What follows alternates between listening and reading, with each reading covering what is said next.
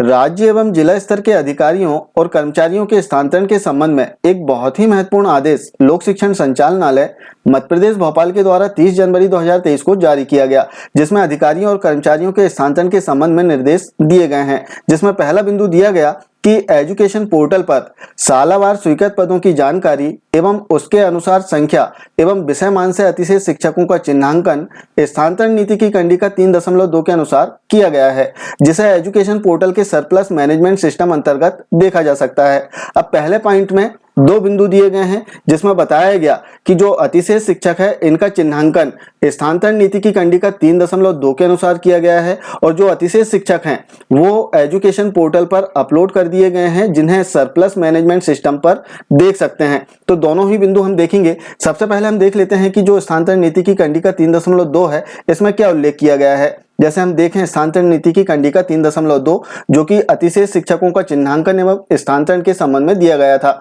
जिसमें बताया गया कि शैक्षणिक संस्थाओं में संख्या या फिर विषय मान से जैसी भी स्थिति हो अतिशय शिक्षकों का चिन्हांकन किया जाएगा। और अतिशय शिक्षकों के चिन्हांकन में कौन से शिक्षक अतिशेष होंगे इसका भी उल्लेख किया गया है। जैसे इसमें बताया गया कि अतिशय शिक्षकों का चिन्हांकन पदस्थ संस्था में उनकी कार्यरत सेवा अवधि के आधार पर वरिष्ठता क्रम में किया जाएगा। तात्पर्य यह है कि जो शिक्षक वर्तमान पदस्थापना वाली संस्था में सबसे ज्यादा समय से कार्यरत है वे अतिशेष श्रेणी में चिन्हित होंगे। तो इस प्रकार से अतिशेष की गणना की गई कि जो शिक्षक संस्था में सबसे अधिक समय से कार्यरत हैं वे अतिशेष की श्रेणी में आएंगे। तो इस बिंदु के आधार पर अतिशेष शिक्षकों की गणना की गई है। अब इसे आप एजुकेशन पोर्टल पर भी देख सकते हैं। इसके मेन मेनू में ऑप्शन दिया गया है सरप्लस टीचर मैनेजमेंट का।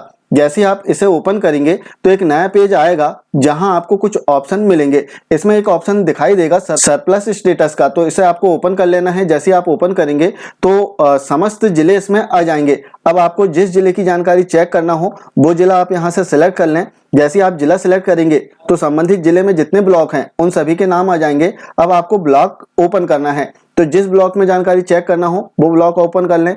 अब ब्लॉक ओपन करने पर आप देखेंगे कि संबंधित विकासखंड में जितने स्कूल हैं उनके नाम आ गए हैं। अब जिस स्कूल में आपको जानकारी चेक करना हो उस स्कूल को क्लिक करें। जैसे आप स्कूल के डाइस कोड पर क्लिक करेंगे तो फिर से एक नया पेज आ जाएगा जहां आप देखेंगे कि संस्था का डाइस कोड लिखा हुआ है। आपको केवल जो कैप्चा कोड दिया है इसे फिल करना है और व्यू डिटेल्स इस ऑप्शन पर क्लिक कर देना है। जैसे आप क्लिक करेंगे तो नीचे संबंधित संस्था की डिटेल आ जाएगी, जिसमें आप चेक कर सकते हैं कि संबंधित शाला में कितने शिक्षक सरप्लस है। जैसे आप देखेंगे कि SSS 3 के 2 ऐसे शिक्षक हैं जो सरप्लस है। अब कौन कौन से शिक्षक सरप्लस है वो भी आप इसमें देख सकते हैं। जैसे आप नीचे देखेंगे कि all employ with surplus detail, तो इसमें ऊपर के जो 2 शिक्षक हैं इनके सामने सरप्लस लिखा हुआ है रिमार्क में, अर्थात 2 शिक्षक जो हैं वो सरप्लस हैं, अतिशेष हैं। तो इस प्रकार से एजुकेशन पोर्टल पर आप अतिशेष शिक्षकों की जानकारी चेक कर सकते हैं। अब यदि इसमें किसी प्रकार की आपत्ति है या फिर गलत इसमें एंट्री हो गई है तो इसके लिए भी आप आवेदन कर सकते हैं। इसका उल्लेख आदेश में किया गया है। जैसे हम आदेश देखें तो इसके दूसरे बिंदु में दिया गया है कि समस्त शैक्षणिक एवं गैर शैक्षणिक संवर्ग की मूलभूत जानकारी एजुकेशन पोर्टल पर संधारित है। सभी लोक सेवक अपनी जानकारी को देखेंगे और यदि किसी प्रकार की सुधार की आवश्यकता हो तो तत्काल जिला शिक्षा अधिकारी कार्यालय में दिनांक 5 फरवरी तक सूचित करेंगे। तो यदि त्रुटिपूर्ण जानकारी एजुकेशन पोर्टल पर अंकित है तो इसकी जानकारी 5 फरवरी 2023 तक जिला शिक्षा अधिकारी कार्यालय में सूचित करना है।